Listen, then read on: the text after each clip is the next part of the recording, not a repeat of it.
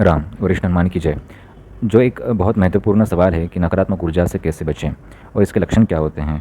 आपने तो बहुत सारी चीज़ें वीडियो देखे होंगे, लेकिन कुछ एक सरल उपाय और लक्षण हम आपको आज बताने वाले हैं, तो सुनिए। पहली चीज़ कि अगर हमारे आचरण गलत हो, खान पान गलत हो, तो नकारात्मक ऊर्जा के प्रभाव बहुत आसानी से हो जाते हैं। हमारे विचार नकारात्मक हो तो उनको बहुत आसानी हो जाती है आपको पकड़ने में।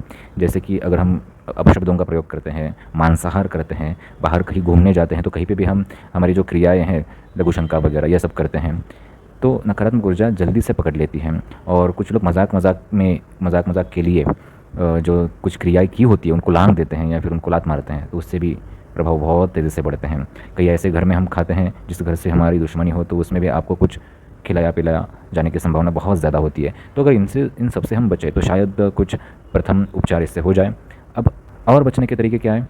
तो तरीके हैं कि हमें योग प्राणायाम करना चाहिए। अगर हम योग प्राणायाम करेंगे तो हमारी शारीरिक और आत्मिक ऊर्जा बढ़ेगी, और जब आत्मिक ऊर्जा बढ़ती है तो सच में इन चीज़ों का प्रभाव बहुत कम होता है, मतलब ना के बराबर ही होता है। दूसरी चीज़, हमें हनुमान चालीसा पढ़नी चाहिए, ठीक है। लेकिन इससे प्रभावशाली कुछ है? हाँ है, इससे प्रभावशाली है बजरंग बाण।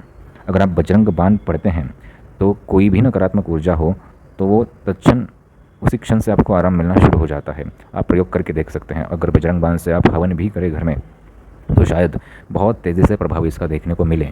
और जिसके ऊपर नकारात्मक ऊर्जा होती है वो बजरंग बाण ठीक से पढ़ भी नहीं पाता। आप उसको ऑब्जर्व करिए, वो 11 बार 21 बार पढ़ भी नहीं पाएगा बजरंग बाण। उसका सर दुखने लगेगा, हाथ पाँव काँपने लगेंगे। तो बजरंग बाण का पाठ जो है सभी को करना चाहिए। मांस मदिरा सबने छोड़ देनी चाहिए। और लक्षण क्या होते हैं? लक्षण सुनिए।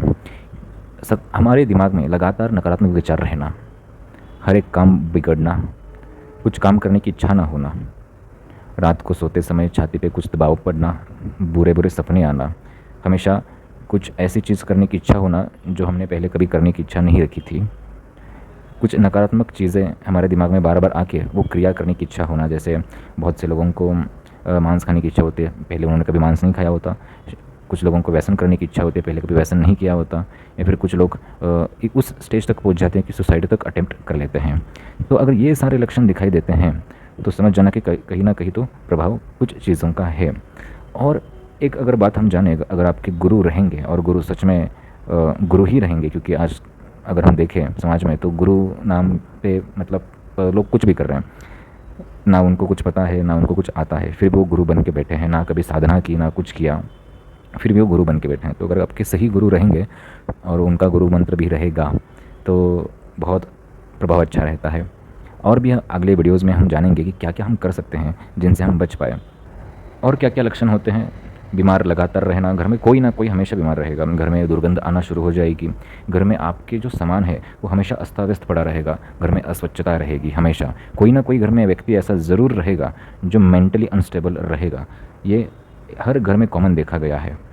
और अगर कोई ऐसा व्यक्ति घर में है तो क्या होता है, उसका ऑरा कमज़ोर हुआ है, या आप पहले समझ लेना। तो पहले इसका ऑरा कैसे मजबूत किया जाए, फिर इसके ऊपर से जो भी क्रियाएं हैं वो कैसे निकाली जाए, फिर इसको सुरक्षा कवच कैसे बिठाया जाए, ठीक है, फिर इसका नियम आचरण कैसे मतलब सेट किया जाए, ये आपको आपके गुरु ही बता पाएंगे।